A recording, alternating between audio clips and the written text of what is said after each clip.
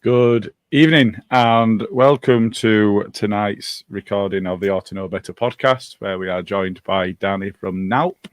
Danny, how are you doing? Okay, is that an answer? I'm survived. Yeah, I'm all right, thanks. Yeah. Okay, I'll do. I think Still a bit that's about as good as we can hope for at the moment, isn't it? Yeah. Marty? Okay or worse? Hello, how are you? I'm all right. What's that? When you said NALP, it sounds like some sort of STD clinic. Yeah. What I was going for. People need a cream just to get rid of us. Is that the vibe this morning? This morning? Just an irritating. Hi, this is Don Matteo, and you are listening to the Ought to Know Better podcast. Let's do this.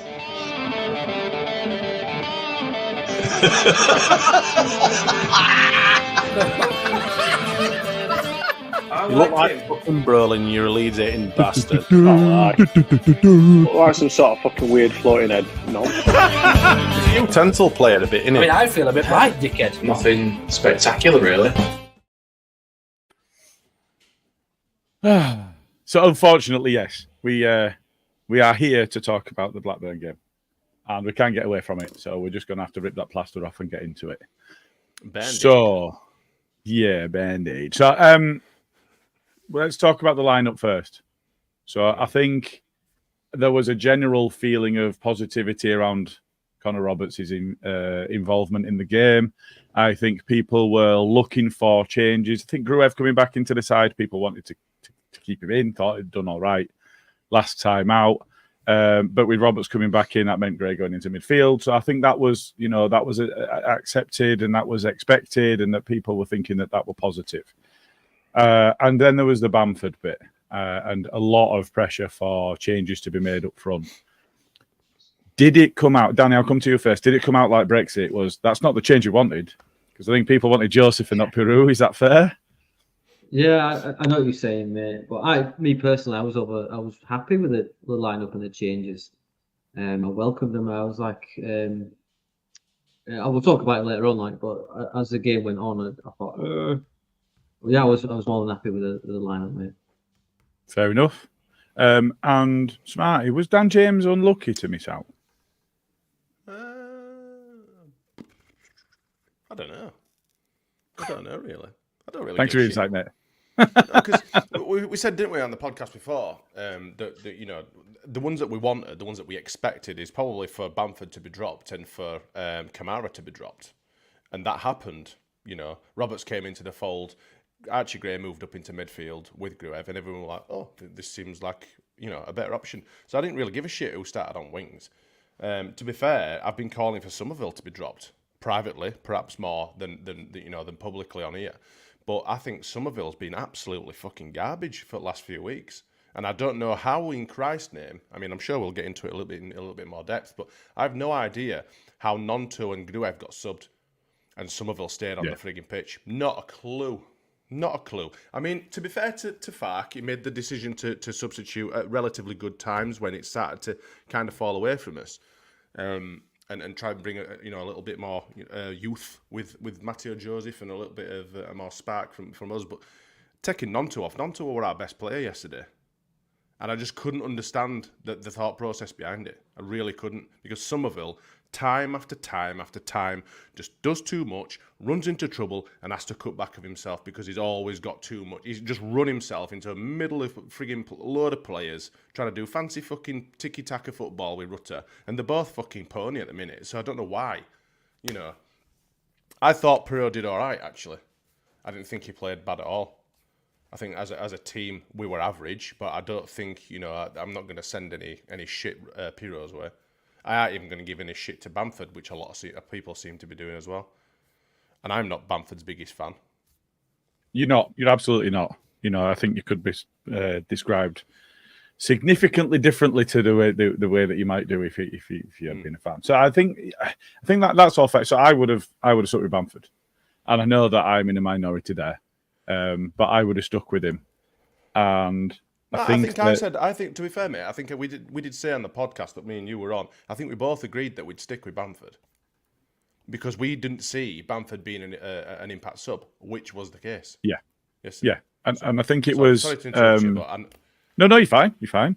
But I also think that what we talked about was making changes earlier if it wasn't going our way, and that Bamford coming off at 60 minutes and Joseph coming on was seen as a positive sub and kind of lifted people in the way that we'd seen before with Joffrey and so on. That there was a bit of an impact coming from it, a bit of an air of expectation, a bit of momentum building with Joseph.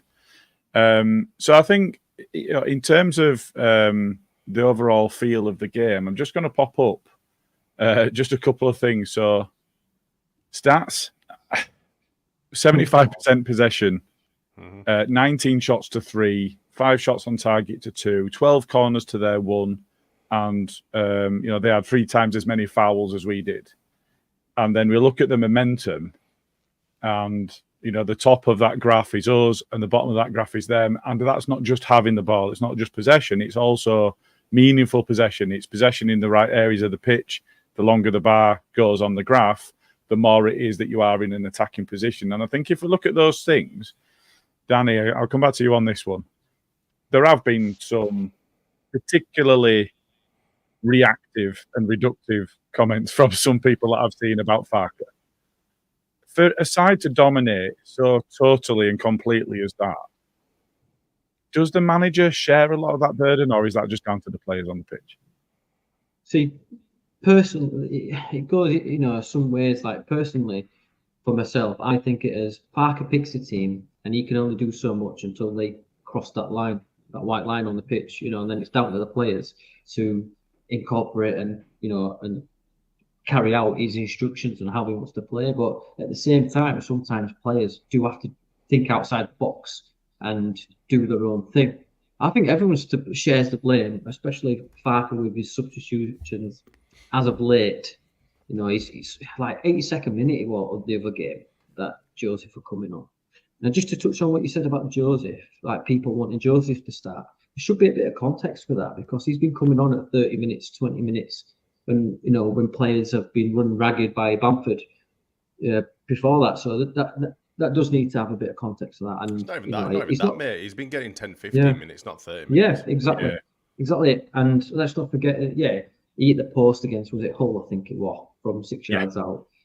I just think Bamford's just not been getting the rub of the green, and I just think he's a confidence player, Bamford, and he don't have confidence right now. But I think everyone should. Sorry, mate. I thought you finished. No, I am. Oh, you guys were on Leeds House just before you came on here, and I put a question to you, but no one answered, because I think you got to that point where you were all ready for slitting your own wrists. But I did say, it was just bullshit. We'll let you know in a minute. No, well, you decide. I'll ask the same question. Does Bamford get enough service? No, he doesn't. So there you go then. So we're taking our fucking aggression. Well, not aggression, but we're moaning about Bamford constantly and this and the other, blah, blah, blah. The poor bastard doesn't get any service. And let's be honest, I'm not one of Bamford's biggest supporters. I like the guy. I think he's a fucking quality bloke. But I don't think he's very good for us. I don't think he's very effective for us. He's scored a few goals this season. Fantastic. But when you've got greedy bastards like Rutter and Somerville playing the fucking between them constantly, all the time, it's so frustrating to see him, because Bamford usually gets into some good positions, and 6 or 7 times out of 10, the snapshots because he's getting them either too late or they're not where he wants them, or, and you have to feel for the guy. You do have to feel for the guy. He's managed to score some really good goals this season.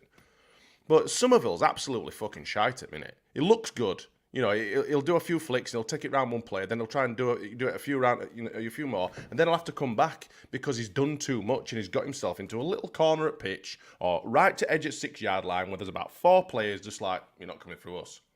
And he's gone, shit, so I'm going to have to pass it back to Firpo, who's tried to overlap me, or he's had to pass it back to normally it's Kamara, and he'll pass it back to defence. It was so poor in final third at minute. But you look at the other teams around us, they're exactly the same. The only one that showed a glimmer of form is Southampton. And they're not great. Do you know what I mean? They're not fantastic. I saw something that I think only one team out of the top 3 positions in each league this weekend have won a game. They're all. Everyone Man suffers with City. a little bit of Man City. So everyone suffers with a little bit of pressure and stuff like that. Ipswich have done. Leicester are absolutely shite at the minute. But everyone said, "Oh, we fucked it. We're in playoffs." It is not done yet. It will go down to the last fucking game of the season. I absolutely 100% hand on heart think it will do. And Southampton have got some really tough fixtures as well coming up. Well, they haven't. They've got Leicester. Yeah, they have got Leicester, but they've got us as well. So we'll have to. It's going to be a very interesting. They play twice. Season. They play Tuesday. We don't play till next Monday.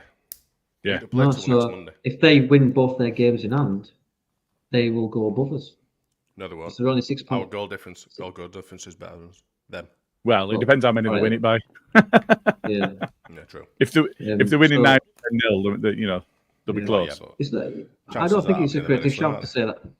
I don't think it's a creative shout to say that Southampton could be up there. Their goal difference is 27. Ours is 42. Yeah, exactly. So they could score 20 goals. They're not going to go above us. So then they've brought themselves back in. But I can't see Southampton winning both games in hand. I can't see. I don't think they'll beat Leicester.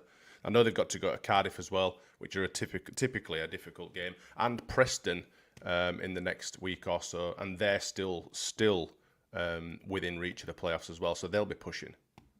I think Preston at home though. Cardiff at home though. Cardiff's a difficult game. Yeah, but Preston at Saints. I don't know. I think for me, I think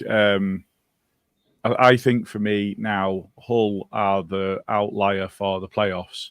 And I think the other three that are on whatever it is, 63 points together, it's Preston, Coventry and Middlesbrough, I think. Yeah, right. I think it's a step too far for them now. They've got to pick up every single point, and I just can't see them doing it. I don't see Preston away causing too much of an issue. I think Saints' problem will come down to the fact that they've got a fixture congestion. If you remember, the Preston game should have been played by now, and there were fire outside the ground, so it had to be cancelled. And then there's the Leicester game, I think, was moved for Leicester's FA Cup fixture. So they've got a condensed fixture list, and I think that's where their problems will come from. Are they? So the question there is actually, none of us know exactly what's going to happen over the course of the next 2-3 weeks. But Danny, do we think Saints are out of it? See, I'm on the other side of the fence here, mate, because I was just saying, Mr. Negative. Splinters out your ass. I was, yeah. And there were plenty of them. I like a porcupine. Honestly, I just think if they win Tuesday and they win at the weekend, bang, that's 6 points they've made up. And we're in bad form. This is just, my Leeds TSD that's coming out. And I just feel like that it could come down to the last game in the season, and I wanted it done by the penultimate game at QPR. But in my opinion, I think they're back in it. They've got a surge of form back, and they got. Let's be honest, they got really lucky. They scored by a handball in the 99th minute yesterday. They got very lucky. But in my opinion, to answer your question, I think they could be up there, mate. It all depends on what our form's going to be like. We have played great for the past 5 games. Sorry to be a Mr. down the line. No. I think, the people that were writing them off were doing so on the basis of our home form and the form that we were in at that point in time 4 games ago. Our form has really taken a hit. Smarty, is that all down to pressure? Is that down to the other teams fighting for every point and that we just haven't been able to step up to that? We have absolutely dominated Blackburn. It was the most one-sided defeat that you'll see. 75% possession. We had all the play. For me, I don't know what you guys think about it. For me, the man of the match was their keeper. Now, it's awful to say that because he were an absolute prick and he were time-wasting from first minute and should have been dealt with instead of being booked in 84th or 86th or whenever it was. But he pulled off some crackers. Did we do enough to win?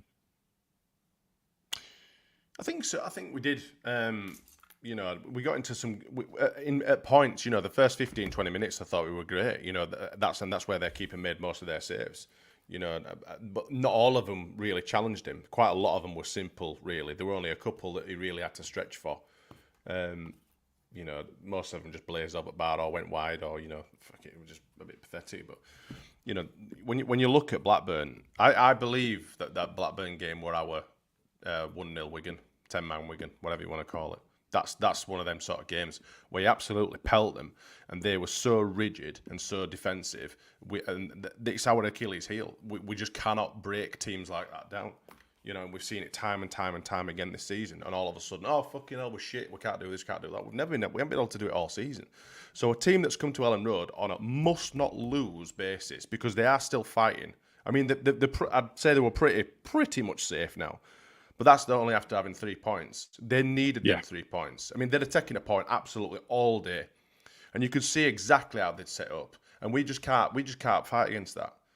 Whether that's down to the players not able to do it, or whether that's Farke and his system and how he sets up for them not to be able to break through. We've got a pair of midfielders in the middle that are completely ineffective when it comes to goal scoring. Archie Gray is not going to score goals. Kamara in, and neither is Gruev. So you're relying on 2, 3, 4 players. Bamford, I suppose if it's absolutely nailed on that he's going to score, he'll probably score, otherwise he won't do. Rutter can't score for fucking toffee. Somerville's having a bit of a dry patch, and we're subbing Dan James for Nonto. Nonto's, every now and again. I actually appreciate the fact that Nonto were actually having a go from outside the box. I think he had a couple of shots from outside the box, and this is what we need to do. But they just don't. You've got Rutter constantly fucking trying to take on 3 people. He'll lose a ball. Somerville will run into about fucking 3 or 4 defenders and go, oh, no, can't go that way, so I'll come back. Why are we not? Why are we trying to get the ball to the fucking 6-yard box and score from there? It's so fucking frustrating. It really, really pisses me off. You think about Bielsa, and we're always going to go back to them teams. But even other teams, you look at your Monks leads, you look at everyone else's sort of fucking leads. We all had shots from outside the box. How many fucking goals did Click score in his first sort of year? At least half a dozen long shots. Hence the fucking song. We do not fucking shoot from outside the box, and it's frustrating because they're just a line of fucking people. That keeper's not going to see it for love nor money until right at the last minute. If you stick it in top bins or anywhere near there, he's not getting anywhere near it. But no, we're going to try and fucking nutmeg him from 6 yard out instead. And this is what's really, really frustrating. And don't even get me fucking started on the set pieces. Jesus Christ. We are the second lowest team for scoring in the fucking league at set pieces.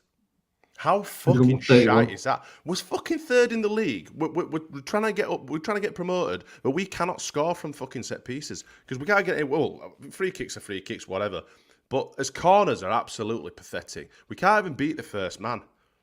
And if we do, it goes to other side at 18-yard box. They're fucking ridiculous. And the straight down keepers, so even if they do go anywhere near it, there's no... I were always taught, and I'm not a professional fucking footballer by any stretch, but when I used to take corners, I aimed for the penalty spot because it's too far for keeper to come realistically. And that's where your big lads are running in from edge at 18-yard box. Stick a fucking header on it. Joe Rodon, your Ampadu's, whoever else is, was relatively tall, can get... It's just... Even if you're having a shot from outside box, there's a fucking shitload of players in front of you that it could take a deflection off. Look at fucking Ipswich. Yeah. How many goals have they scored from that sort of play when he's taken a deflection because there's a wall of players in front of them? They've had to go from outside box and it deflects and it's gone in. Yeah, we can't do it. 8 times that's happened. I've seen the stat. They've had 8 deflected goals this season, and each one of them's probably been a winner. But since we've took 131 corners since December 23rd, which we played against Ipswich, and that was the last game we scored from a corner.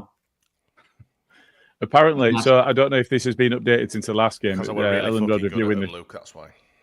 Elland Road review in the comments says it's 138 now without scoring. So maybe that was plus minus the last game. But it tracks. It tracks. And going back to that stat about us being second bottom from set pieces, and we've got the best goal difference in the league. Yeah. And yet the worst scoring record from set pieces. It's, if you add in just a small number of goals from those set pieces, yesterday people were cheering when we were getting a corner. I can't get excited about it because it's just not going to do anything. And the one time we actually looked dangerous from a corner when we took a short one, and then we went back to taking 12, not taking them short either. It's incredible you say that because I actually, people were fucking, oh yeah, yes, we've got a corner. And I turned to one of the lads and just went, I don't know what the fuck they're cheering for. It's not like we're going to do fuck all from it, is it? Yeah. I'll bear my ass on fucking Batley Town Hall steps if we score from a fucking corner this year. No chance. Right. Clip that, Danny. Right. Yeah. I'm on it. And Please don't worry, do. I'll be there. I will fucking do it. If we score from a fucking corner, I will go to Batley Town Hall and I will bear my fucking ass on their steps. Make sure you bring one of your spanking paddles. The one with the studs on. I have to make sure my piles are all tucked in nice. Nice. Great. Luke. Oh, me great. OKB Luke is in the comments. Majority of Crees goals come out inside the area, haven't they? They're inside, Even if they have, even if they, I mean, they might be just inside, but he's having a shot from distance rather than it being, trying to score from inside the 6-yard box.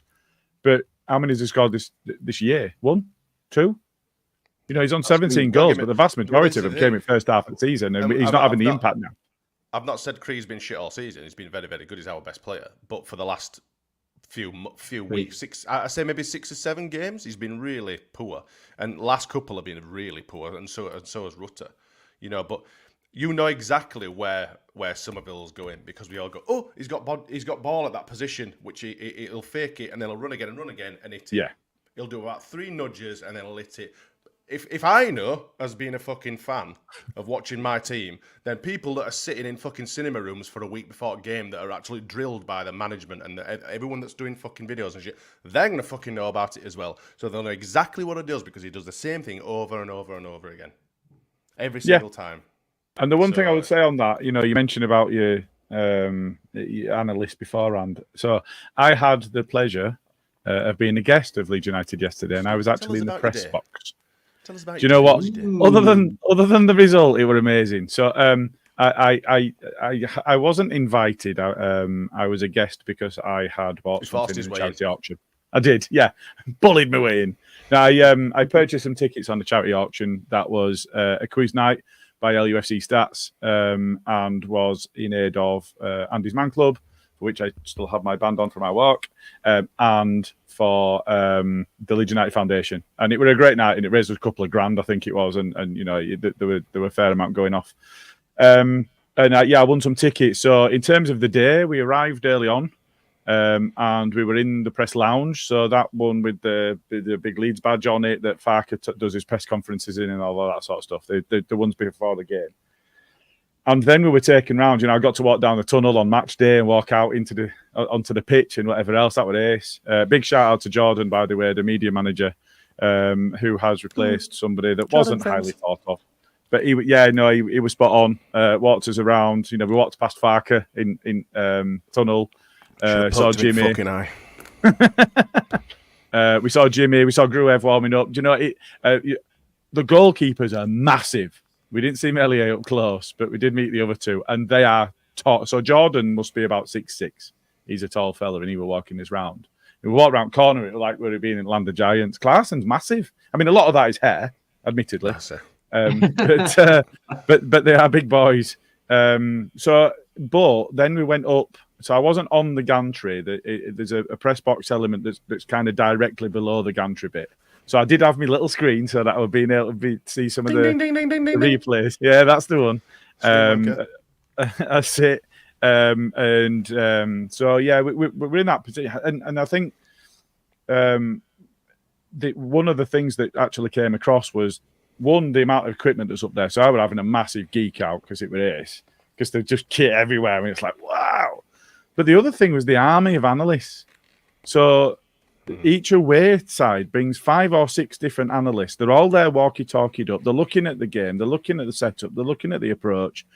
Leeds have got another army of analysts as well, and they're all radio connected to the management team at any given point. And then they go into dressing room at half-time and talk about the shape of the side and runs that they should have been making or runs that are leaving them open and all of that sort of stuff. There's so much goes into that analysis of the game. I think so. I just wanted to touch on that point. Is if we as fans can really see something that seems to us really obvious, then it's definitely picked up by people that do that day in, day out for a living. And it's not just on match days. It's going back and looking at the videos of the previous games, and looking at the form and looking at the layout and the setup. And there's so much science and there's so much mechanic to it that it's kind of unbelievable to see it in operation. So actually, yeah, yesterday was absolutely brilliant. Other than just the result, that was the main issue, and the other issue being that in the press lounge, we had a nice breakfast. They gave us sausage, omelette, and beans, and that were nice. And we had HP, so that were good. And there were drinks and stuff, but none of those drinks were beer, and it was a match. So that were a bit of a. We managed to sneak out actually and get onto main concourse for a beer before kick-off. And then I went out into town after the game. Well, we went into Peacock, didn't we? We met Mr. Butternubs, who is a fine upstanding gentleman. And so, yeah, we had a couple there, and then went into town for Emily Render's birthday. And it was my birthday this week as well. So we got absolutely battered. All in all, it was a great day other than the result. Yeah. Well, at least you had a nice time. And we had a nice time in the Peacock afterwards, apart from Jay, who looked like he was going to throw himself under a bus at the nearest opportunity. Bless him. That damaged the bus. He could probably run under a bus, to be fair. Well, he is a natural sprinter, as we've covered before. Russ Vernon, there he is. I was literally, I've got the thing out on my phone ready. You're too slow. I've just seen Chris Kamara tweet that he's presented the EFL Young Player of the Year to LUFC's talented star Archie Gray. Yeah, you will find that about an hour ago, our Autonode's Better official account tweeted that out. And congratulated. It's just a couple of things I've got ready, but Russ, there he is. Shithouse is here then. This one. I don't know why. Bless him. He's if Premier League's a watch, he's rubbish. He's crap. Yeah, he's shit. Don't bother. He's absolute shit. Stay away. He smells. So I think we've kind of covered this a little bit, but just to go back to it, I think you'd have to be stupid to look at that and look at our lack of impact up front and think that Bamford should remain on the bench, right? Is that fair, Danny? Yeah, I mean, we've got just touching on what Smarty said. Just to give some context to that, I'm going to flash up this comment who says that it was Jay saying that he must remain on the bench, and that's just madness, isn't it? Yeah, I mean, I was. Do you know what's going to happen? Do you know what's going to happen? And I'm just going to cut you off right quick. If Matteo Joseph starts for fucking Leeds and does fucking shit and don't do anything, what then? Because Pirro's shit, Bamford's shit, then fucking Joseph will be shit, and everyone will go, oh, fucking hell, we're out of options now. What on earth are we going to do? Anyway, carry on, Danny. Joseph to start. Cheers, Smarty. Thank you, sir. You're a I think with Joseph, right, I think people see him as like the Gelhardt this season, or he did well, he scored against Chelsea. Yeah, he did, but the thing is with that first goal against Chelsea, he took it first on instinct, too much time and all that kind of stuff. But we need to go. Bamford has the experience, he knows how to drag centre backs out of the covering thing. And for me, you'd be using Joseph in the last 25 minutes for half an hour just to tire them out more, get them runs in. Pirro, at one point yesterday, I saw him slide a tackle at the halfway line and he went out for a throw-in down near our penalty area in line with that. And I was just like, what do we do with Pirro? Because I've no idea.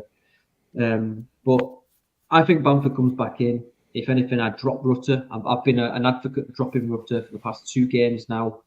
Not publicly. For Leeds hating bastard. Well, Leeds hates me at the minute. Leeds hate everyone, mate. yeah, especially my hairline. But I just think I've seen it a few times in the comments and I've seen it online. I won't be so pressed to say it's not a bad shot from Bonto to go in the 10 because he did look like he had the energy and he was the only one shooting yesterday. Not scared to have a dig, and he just looked like he had that passion for me. But to answer your question, Gilly, I think he starts, me personally. Just change Rutter. Yeah. Okay. So I guess to an extension of the point you were making earlier, Smart. So I'll come back to you and make sure that I've understood it right. Is actually don't matter who you play up front if you don't have the players behind them creating effectively, and therefore it's there that we need to look rather than the 9. That's exactly it, mate. If you don't have the support and if you don't have the fucking crosses coming in, Bamford were more effective when he used to have people, and these were the scripted players that Bielsa used to play. That they'd run like fuck to the edge of the frigging pitch and cut it back straight across into the 18-yard box, and there'd be 2 or 3 players there ready to just tuck it in. And the amount of times we scored from doing that was unreal. We don't do that anymore. We don't do anymore because it's only as good as his service. Well, exactly, and this is what I'm saying. You know, like, I am not an advocate for Bamford, but I don't see a better player to start a game, and I still don't to this day. You know, we've got people in the comments, and this isn't a dig at people in the comments because I understand where their thoughts are. But there's like Blaze Roy in the comments. What about Joffrey? The next Wayne Rooney was at Wigan. Apparently, this is how desperate people are getting now. Joffrey hadn't had a fucking absolute bloody looking for all season, and yet people are pining for him to start frigging, you know, well, seeing him on pitch or not specifically starting, you know, in the first 11, but to see him coming in as well is like he's well and truly gone off the boil. He won't be here at the end of the season.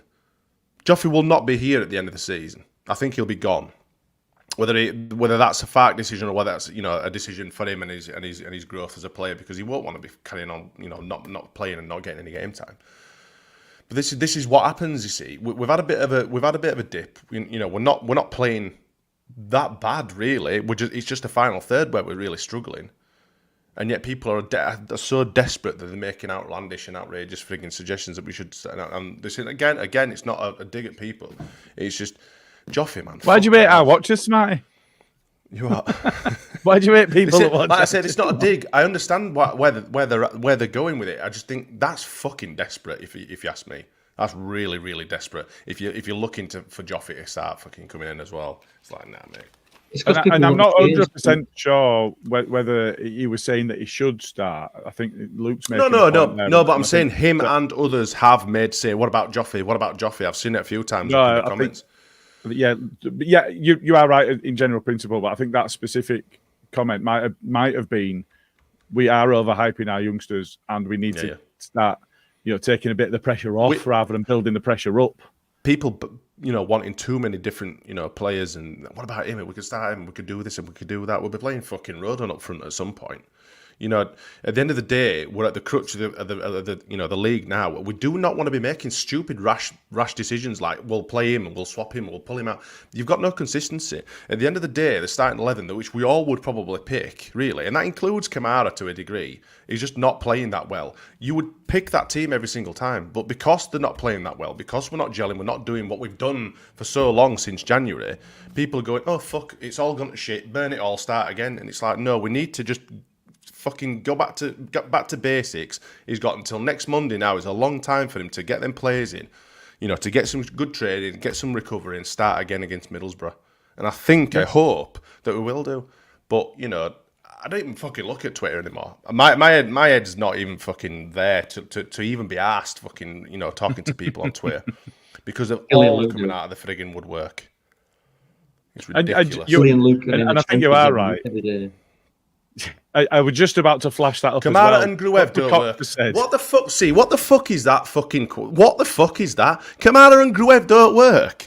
We're on a fucking 13-win fucking streak. For fuck's sake, have a fucking word with yourself, you tit. Fuck's sake. Fucking Gruev and Kamara don't work. Fucking hell. This is what I mean, like. And it's not no offence to you, Dr. Cox. I'm sure you're a fucking standout guy, but that's a load of fucking shite right there, man. Fuck off. I mean, I'm as pissed off as anyone. I'm as pissed off as fucking anyone. But saying shit like that, mate, is just going to fucking trigger the shit out of me, clearly. You know what I mean? Fuck me. It don't work. You know what, Danny? I'm going to struggle. I'm going to struggle to get this short down to a minute. Some of the stuff. Thanks for coming on, Danny. just put the episode out. Just put it all out. Yeah, just a little thing on Joseph, right? If the pressure's so big now, why would he put a young lad in at such a vital stage of the season? Do you know what I mean? Why if he's not going to start him when games didn't matter and bring him off to, why would he start someone? Yeah, you know, in my eyes, probably Farke didn't want to go through in the cup anyway. That's why he started Joseph to give him minutes. But I don't see Farke switching it all up for the last 3 games. He tried something yesterday. We was all happy about it. To some extent, it worked. Nonto were, you know, vigorous, taking shots and stuff like that. Made the wrong substitutions. You know, it's subjective, whichever way you think. I won't go on too much, but that Gruev and Kamara don't work. It's worked at all. This is, you know, January and stuff like that. I'm sorry, I don't agree with that. But and nobody saw that coming, did they? That, you know, that were a record-breaking run. That was the best run we've been on as a club since in 90 years, 89 or something mad. Yeah. And I think there is a point of balance as well to be understood, because you look at Gruev, you look at Rutter, and you look at Nonto, and very recently they were all injured. You know, the Welsh players it have been might be affected that's by why their they came Euro off. shite as well. Yeah, maybe, but that might be why they I do came off. believe it. I do believe that, honestly. I think so. You know, if Farke has in mind, right, okay, I know that I can get an hour out of this player, he's going to start them, but then take them off, because otherwise he's actually putting them at risk of further injury, and we still need them. So, you know, it might be that he didn't have a desire to make those changes and to take Willie Nonto off, who for me was our best attacking force, and you know, Rutter we've seen have poor games and still get 2 assists in a man of the match performance in the end. That sort of thing. It might have been that Farke didn't want to make those changes, but felt he didn't really have a choice, because otherwise he's risking players that he's going to need in the next 3 games. Mm-hmm. So I think that, you know, there's an element of balance, but I also think there is an element of balance around let's not get to a point where we are so reactive, because we are in a position where, do you know what? It won't be the end of the world if we don't get promoted. It just won't. You know, we'll have another season here. It's been a great season. It's been an absolutely fantastic season. It really, really has. Record-breaking season. Yeah. People are losing their minds. It's like I said to you guys, didn't I? And I've said to so many fucking people, enjoy this while it happens and while it is happening. Because if we go up, it will not be like this. It will be fucking shit again. And we'll get pumped more often than not. So I don't mind losing a game every now and again. You know, the crux of the fucking league now, it's getting hot. You know, there's teams down at the bottom of the table that are fighting for survival. And there's teams in the middle that are just playing with freedom because they don't give a shit. They don't give a toss whether these are hard teams to beat. It's always the same at the end of the season. Always the same. The top teams always struggle against the bottom teams because they want it more. And the top teams, well, you know, this is a bit of a unique season, like we say. You know, there's not that many fucking points getting won between the top teams. You know, but it's like it's got to be hard. We're never going to be fucking easy. Yeah, look at where we are. Look at where we are. You know, there's 3, potentially 4 now with Southampton's. You know, us slipping up, Southampton coming back into it. There's never been a season like this before. Yeah, never. Not with so many and it happens that it's so obviously in the mix of it, because of course it is. But you know, I think people just need to chill the fuck out. I really do. Yeah, and Steve Brown's made a fucking fantastic point, and I know other people have about Nonto as well. I can't get my head around it. I'm sure none of you guys can either. So fuck knows. It's all gone to shit. You have to, just on that point, Smarty, you have to look where we were as well. We were 17 points behind Leicester. But and now this is what we're I mean. 1 point behind. But the thing is, it's like now we're starting to. Hey, where's Steve Brown's comment? I can't see it. The one that I just showed up. Oh, the Gruev one. Yeah, that's it. Right. Okay. Yeah. But like I say, you know, we were playing catch up with, you know, we were so far behind, 17 points behind, and we were playing with freedom. We were together. You know, we didn't have any injuries. We didn't have any mentally affected people. You know, being dropped or dumped out of the Euros qualifiers. And now we're getting that pressure because we have to maintain this form now. We have to maintain this level of consistency, which we haven't. But neither of the other 3. Well, the other 2. Yeah. You know. And we're seeing it not just in our league, but in the Premier League as well. It happens to top teams. There's that much pressure now. We're at the right at the nitty-gritty end of the season now. And there's massive pressure. Because not one of them teams wants to finish in the frigging playoffs. Everyone wants to get promoted. Massive, massive pressure. You know? And it is that thing, you know, we made the point a couple of weeks ago, didn't we? That the reason that there's pressure now is because there's something to lose.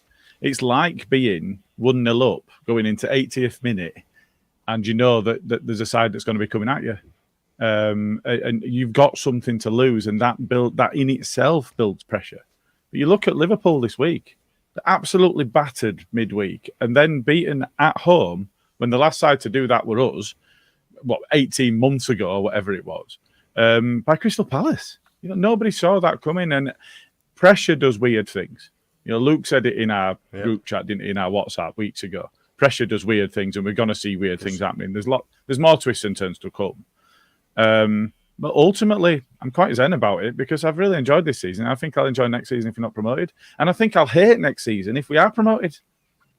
The only thing is, we're in a position where we'll end up getting asset stripped if we stay at this level too long. Mm-hmm. You know, ultimately, it comes down to finance. You need to be in the Premier League. I don't think that'll happen. I don't think that'll happen. If we miss out on it, we'll go up as champions next year. No, I firmly believe I that. said the same, and I do believe that. What I'm saying is, if we were to miss out next season, you could stay down this season and miss out next season.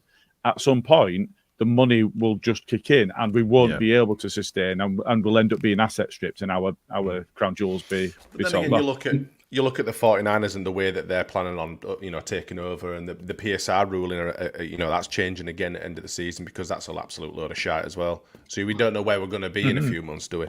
No. But with massive investment from the 49ers, that's another cash injection. We will be selling players, hopefully not at a loss, but that again, profit and sustainability regulations, etc. These guys know what they're doing. We're not playing under Cellini or fucking Rads and his mate anymore. The 49ers will have planned for all this. There will be money in the bank to spend over the next few seasons or whatever. But like I say, we can worry about that. We don't need to be, thinking about that just yet. Let's get this fucking season over and done with now. And I firmly believe that we will turn this around. I really, really do. Because so we're still going up this season. I think we still go up in All Max. Yeah, I think we do. And do you know what? Every single podcast that you watch, and I've been watching quite a few over this weekend. Leicester fans are shitting themselves. Ipswich fans are shitting themselves. Southampton fans aren't convinced either. The only ones that are playing with a bit of a zazz and all that sort of stuff, and the teams that are in the frigging mid table now. We're not going down. Fuck it. We're not going up either. Let's just have some fun, just like we did in the first season of the Premier League. We avoided relegation. We knew we weren't getting relegated, and that's when we played our best football. We nearly finished in frigging Europe after that. And those are the teams that you've got to look out for. And Ipswich have got to play a few, and so do Leicester and Southampton. So, well, look at our history against Derby, and then look what we did to them at the end of the season while the players were pissed because they didn't have any pressure on them. We'd already won it. So they had to give us a guard of honour. And then we just absolutely played them off the park when our players were at about 60% because there was just no pressure. Yeah. And the relief of that pressure is then it's like a weight's lifted, isn't it? Mm-hmm. So they will be feeling the pressure. And, you look at Liverpool, you look at Arsenal getting beaten at home today by Villa. Arsenal are pushing for the Premier League title.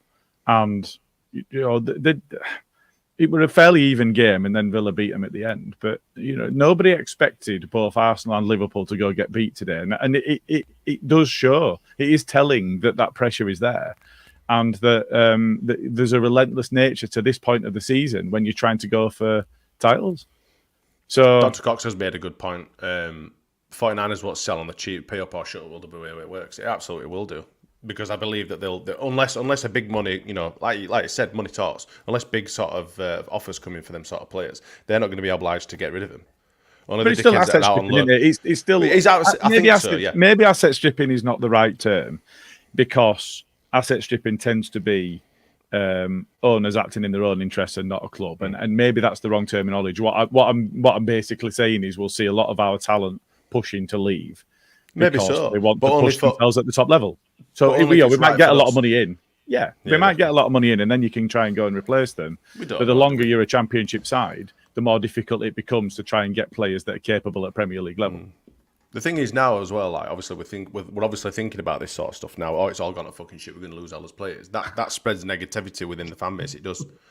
So you'll be thinking if Somerville or Rutter continue to play poorly and do so over the next few weeks, they'll be he's got an eye on door, hasn't he? Because he wants to fuck off now. He wants to leave, and that is exactly the way that people think, and they will.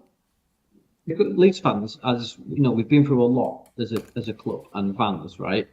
And you've been through a lot of Leeds fans, have you? That's on another channel. Subscribe to my Only Dans.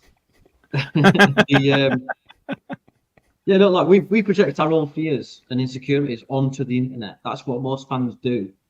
Especially the trolls. The faceless trolls. They're rubbish. We're not going up. That's because they want to be right in that insecurity, and it's not always that fact. Yeah, he's not a troll. That sort of thing is like some fans just like, that's rubbish. That's rubbish. I'm not going to support these anymore. Well, that's your thing. Do that, but it's not fact. We can't control what that team does on the pitch. It's beyond our control. As soon as you start realising that, the better you will feel. And I'm sure that's what Gilly does. Because you're zen about it, aren't you? I am pretty zen about it. Because what'll happen will happen. And we can't change it. We're just along for the ride. We're just trying to hang on. We can't change things. we go along and we give our support where we can, and you buy your shirt and you do whatever else. But ultimately, an individual, football is nothing without fans. I think all of the fans understand that, even if the businesses associated with football sometimes miss it. But ultimately, when it comes right down to it, there's very little an individual fan can do to change the course of the game or the league or whatever else. You're limited in what you can do.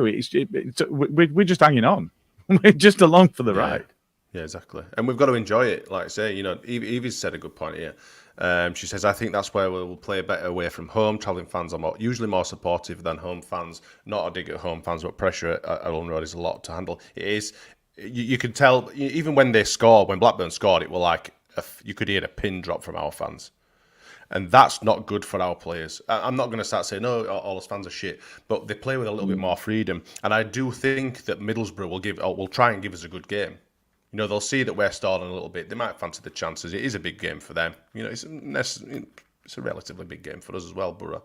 Over the last few, 10 or so years, we've had some good games with them. We'll go to the Riverside and hopefully we'll put a good performance in. They'll try and play us as well because they won't be shivered in shy talks behind fucking their place either.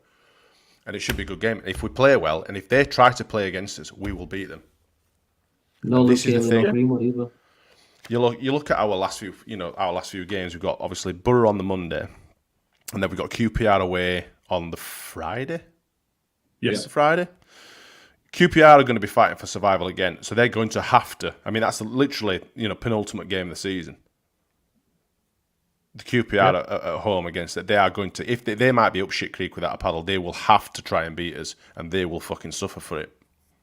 And then just while you mention it, his name came up. He's fair play to a Mr. Luke Ayling, booked in the 93rd minute for time wasting in a 1-1 draw against Ipswich. That'll do. You absolutely know he's done it on purpose. Yeah, big time. And Elland Road reviews right. Did everyone go over and vote for Ayling in their Player of the Season award? I certainly did.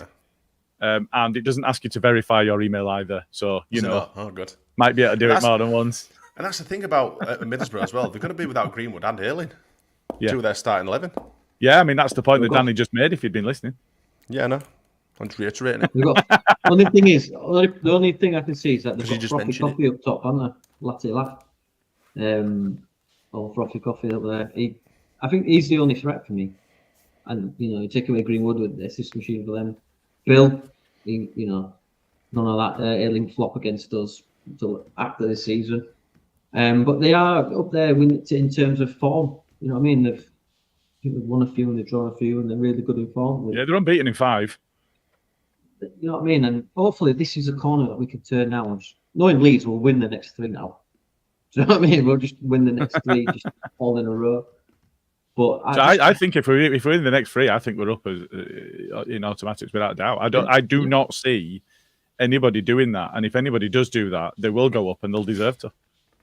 It's hard to believe that the season's over and just shot in next week, is it? Or week after? Yeah, but it feels like it's been 2 years long, doesn't it? Oh, no, yeah. I had long flowing hair. Yeah, we're down here when I started podcasting. Okay, so we've sort of touched upon it, but just before we finish, I just wanted to ask about the starting lineup for the next game. So I guess we can all agree that we're going to go Meslier. Yes. Given that Connor Roberts will have, 10 days or something? And he started the last game. So even if there were a little bit of a rough edge around his return to fitness and so on after his injury, it's probably expected he's going to be available to start. Connor Roberts at right back? Go with that?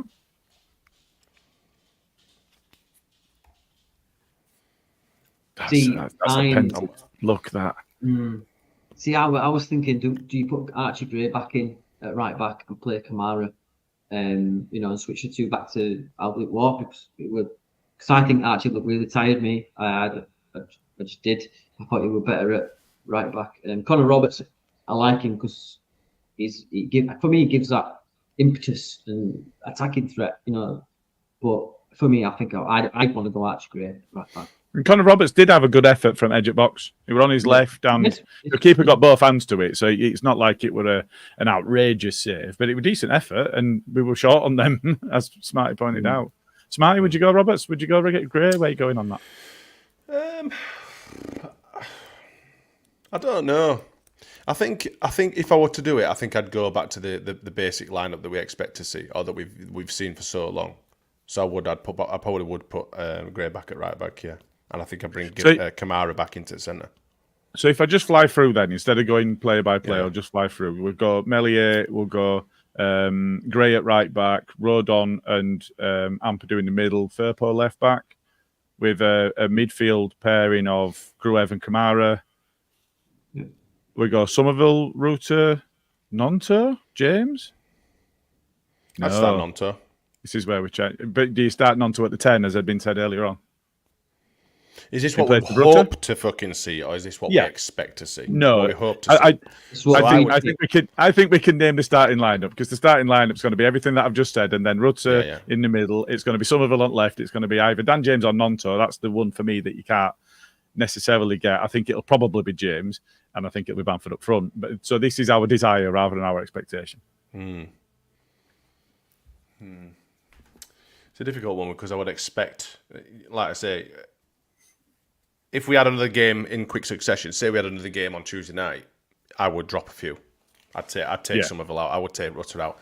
But because we're not, and I think that he'll have a bit of time with him, a bit of recovery, and hopefully some fucking grilling on the training pitch, I would start the same lineup. So I would have Rutter. I would probably start Nonto, actually, because he looked more dangerous than Dan James. So I probably would start with Nonto on the right, Somerville on the left, Bamford up front. You'd stick with Somerville even after the conversation we've had about. Well, like I say, if it were a quick succession game, I would drop him. But I think, given the fact that we've got a fair old period of time between, obviously, the last game and this next game, I'd like to think that Fark might be able to iron out a few crinkles and fucking give him a slap round the head. But like I said, Somerville seems to we've played a couple of games now, a fair few games where we've played really defensive teams, and they are doubling up on him, on both Rutter and Somerville. So they've not been that effective. Yeah. They haven't been able to do what they normally do, but they've consistently and persist with doing exactly what they've done for however long, through the season, but to little or no effect. Whereas I think Borough will try and give us a game. They will be rested as well, our lads. I think we turn it around a bit on at the Riverside. I think we'll give them a good game. Okay. I was going to say put Nonto in the 10, but I forgot that we've got actually quite a few days off, haven't we? We have. So I'd probably go with that as well. I'd probably start Rutter. Maybe with this break that Rutter will have, he can rest up, start being pain-free, because he's been rubbish since the operation. Can we put the hernia back? He's played better with it. Yeah. But he didn't. Yeah. Funny, Somerville on the left, Rutter at 10, and Nonto on the right for me, with Paddy up top. But I was going to say, if anybody was wondering, Somerville, Nonto and James, and then Bamford. That would be the only change for me. I think. I'd go with that. If we were playing like Tuesday, like I say, I think I'd go with that. Probably. Yeah.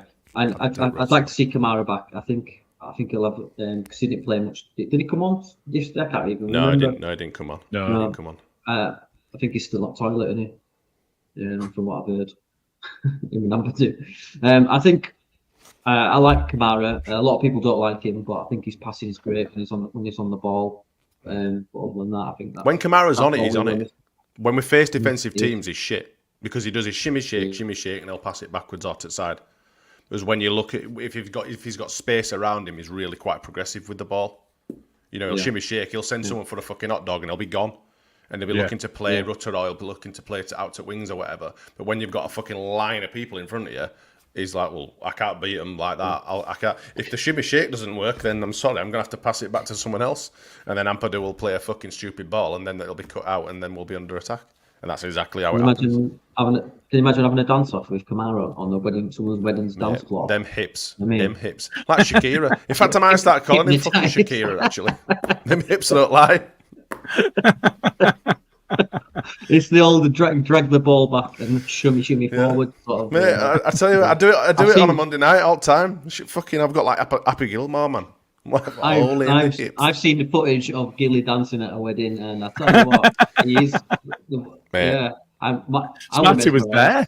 It wasn't a wedding. It was actually the Christmas do at Leeds. Yeah, we had a do at the pavilion, and I saw them hips, mate.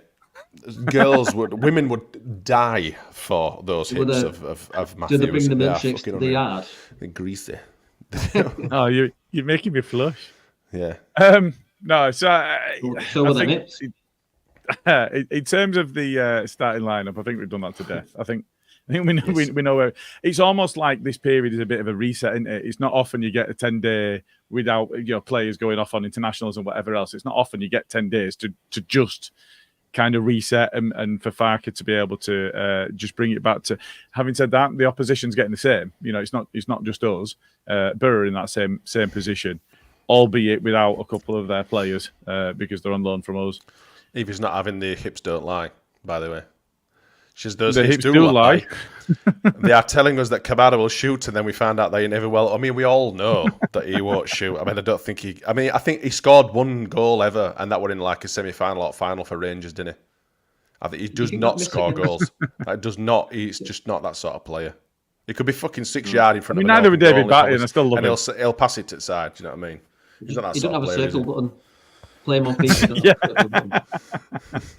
And do you know what? One of the disappointments, don't get me wrong, before we go into this and before I say these words, I love him. I think he's great. And I never wanted to fall in love with a lone player again, and I have. It's happened. And that's happened with a couple of them because I love both of the guys. But Rodon needs to score goals.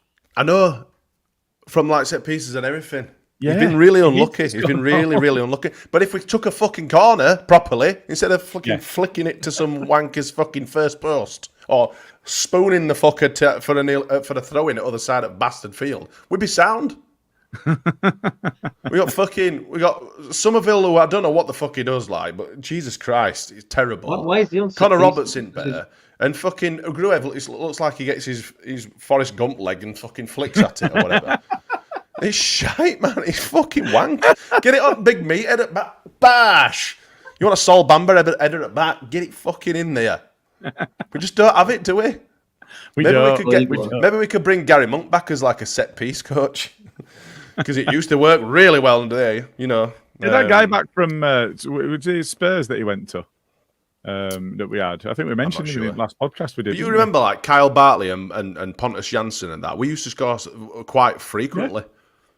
Cooper as well. Cooper could. I mean, we still always. I'm not saying start Cooper. Jesus Strike as well. Yeah. Strong. We're missing him. We're not. What do you reckon to Smodics as a player will fit the Leeds system? Smodics is a weird one. It's a strange one because you can't take away what he's done this season. He's in an abject team. They are shite. They're absolutely diabolical. They've got a big donkey up front, albeit somebody that we struggled with. But and he's kind of he plays with 8, but it's more an 8/10 role that he plays, and he's doing it very, very effectively in a really poor team. And I don't think that can be detracted from. He's doing really well, but he did give me vibes of a Sunday League player that was too good for the level that he were at. That just loves being big fish, small pond, and the challenge will be going into a bigger club. If he came to us or Leicester or wherever, maybe not Southampton because they're kind of a different setup, I think. But us or Leicester or any of the Premier League teams, he won't be able to play in that way. So I think that'll be a really interesting transition if he goes to step up to a different club as to whether he'll be able to deal with that, because it does give me them vibes of he wants to be the main man, and this season he's been that, but being somewhere else and not being able to do that. I think he's 28. It's by far the best season he's ever had. I think we've been burned by buying the fucking best of the Championship anyway with Pirro. I think that'll scar the recruitment fucking boys for life, that one. He just hasn't been effective, has he? He's not been what we expected him to be anyway. No. There's a video going around at the minute of it's called Still Ryan's like an Everton fan, and you were playing record or something with Smodics last night. Stop copying me, Evie. And he basically said, and he's Still Ryan said, "Are you going to score tomorrow?" And he went, 100% I'll score. He wasn't wrong in the end, was he? I thought he was a bit cocky, but it is what it is. I was like, I just maybe hit him even more. That's kind of my point, though. He is a bit cocky and there's a bit ego. And do you know what? In a season when you're, 5 4 or 5 clear of everybody else in goal scoring charts. Fair play. That's the point at which you can have that. But if it's burgeoning confidence, that's one thing. And if it is genuine ego, that's something else. When you look at Henry when he was in his pomp, the confidence just oozed from him. And why wouldn't it? Because he was amazing. And a lot of people saw that and went, oh, he's just ego. But he was worth it because he was that good. But if you can translate that into winning titles and, playing well in Europe, fair play. But, that doesn't really go for somebody that's top scorer of the Championship and hasn't been in the Premier League. So, you got to balance it out. Bit of breaking news, if I may add some news. Jorginho, Cree and Ethan Ampadu have been named in the Sky Bet Championship Team of the Season. Fucking very brilliant. Good. Yeah, very good. As they should. They've had good seasons. They have had good seasons. I don't know where you're going. Yeah. I don't think it's going to get that much applause or credential or credibility at this moment in time, though, should I say. It'll be like, yeah. Well, it will do if we go up. If we go up, it'll be like, oh, yeah. But at a minute, it's just like, shit ass. Yeah. If anything, it's a distraction at this point, isn't it? And it's always seemed a bit strange to me that they would do it before the season's end. See, that might give them a bit of a boost. Oh, fucking hell, the people actually, I've actually done all right. You don't know. At the same time, if we're saying that actually Jimmy's doing too much and actually he's playing with a bit of ego, is that only going to underscore that and you're going to see a bit more of it? Well, I've won. Who knows? I'm in team at season doing what I'm doing, so I'm just going to keep doing it. So sometimes you need that. Sorry to cut you off there. Sorry, go on. I'm just saying, sometimes you need that ego. If you believe in yourself, you can do that. But there is a line in which you don't cross. Like Tyson Fury. How he talks about himself and stuff like that kind of thing. But he doesn't respect his opponents either, and he's a giant prick that's been ducking every big fight for years. Yeah, that'll rattle some in comments. Right, okay. So I'm all done in terms of the things I wanted to discuss. I don't think, yes, we do actually. So I'm just going to pick this up. Andy's Man Club lead. So Friday 26th, pool night at Northern Snooker starting at 6:30 p.m. Be on the tables upstairs. There is a request for small donations to the tables. It's not essential. If you don't have anything, don't miss out on going. Go along. And you'll be welcomed. And Sunday the 28th at Barber Club at W2 Barbers on Easterly Road from 11 till 3. Come down, get your haircut, have a chat with all proceedings going to AMC. More events coming in May. Anything you guys would like to discuss at this point? Speak now, forever hold your peace. I think I've said enough today. Can I drop an F-bomb? Huh? What? Can I drop an F-bomb? Yeah, if you want. Well, I've done about 15 tonight, mate, so you crack on. Fuck the refs. The refs have been appalling. That's all I've just got. I've wanted to get that in there. Fuck the refs and the EFL. Fuck them all. Yeah, corrupt bastards. That's it. Yeah. Shit. Horrible. Did you see the penalty that Town got conceded against? Yes. Yeah. I just wanted to make sure I put it out there. They are just shit. So I tweeted midweek. I can't remember exactly what the terminology I used was, but for me, the PGMOL itself is on borrowed time because at some point, the EFL and the Premier League are going to go, you're damaging our brand too much. Mm-hmm. And the PGMOL is funded directly by the FA, the Premier League, and the EFL. If they stop funding them, they cease to exist. Now, we need referees for the game, but the PGMOL itself, it's just an abhorrent failure right now. There is nothing that it's getting right. The refs aren't doing the right thing. The changes they're making to the game aren't working. The technology they're bringing in is implemented badly. However good the technology is, the implementation of it's shite. PGMOL itself, as an organisation, is nothing but an abject failure. So for me, that's on borrowed time. So you're absolutely right to call out. Fuck the refs. Agreed. Yeah. And the flag nonsense. And the flag nonsense. Oh, you mean the linesman? The linesman, not lines person. Yes. Go. Rather than flag nonsense that exist on Twitter. Yeah, not that ones. Fair enough. On that note, We will bid you adieu. Thank you very much for joining us, Danny. Excellent. Thank you very much for your time, Keep Smarty. smiling, Thank Danny. you. Keep smiling, mate. We'll be right. And thank you, I'm always everybody in the thank you, everybody in the comments. Smarty, I've already asked you. You've already given me an answer. Danny, we're getting promoted this season. Yes, we are. Why not? Just for laugh. Let's go up. Just because we can. Yeah. Fair play. He Cheers, says through gents. gritted teeth. See you later. See you soon.